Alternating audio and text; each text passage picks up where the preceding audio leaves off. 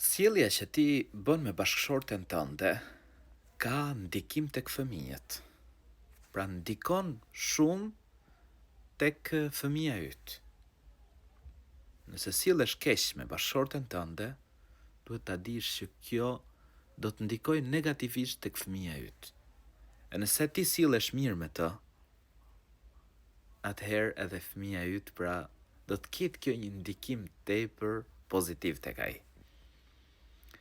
Dhe ne dim shembuj të shumt të fëmijëve pra që prindrit kanë pas probleme me njëri tjetrin, edhe ata tepër të shpërqendruar, ana psikologjike e tyre tepër pra e rënduar. Dhe mos harro, profeti alayhi salam ka porosit që me u sjell mirë me familjen.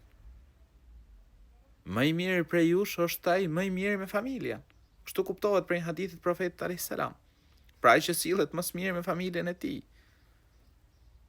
Prandaj, vlla im, mundohu që ta përmirësosh veten.